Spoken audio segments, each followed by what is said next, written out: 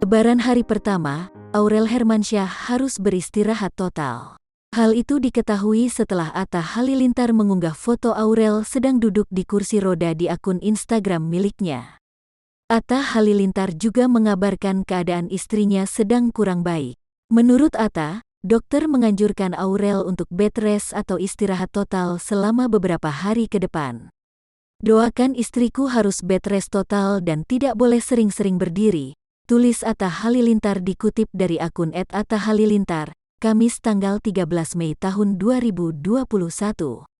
Namun, Atta Halilintar tidak menjelaskan secara detail kondisi kesehatan istrinya tersebut. Atta Halilintar hanya menyampaikan harapan agar Aurel mematuhi saran dokter dan tidak sibuk bekerja. Selain itu, Atta hanya meminta maaf karena banyak pertemuan dan pekerjaan yang harus dibatalkan karena kondisi Aurel.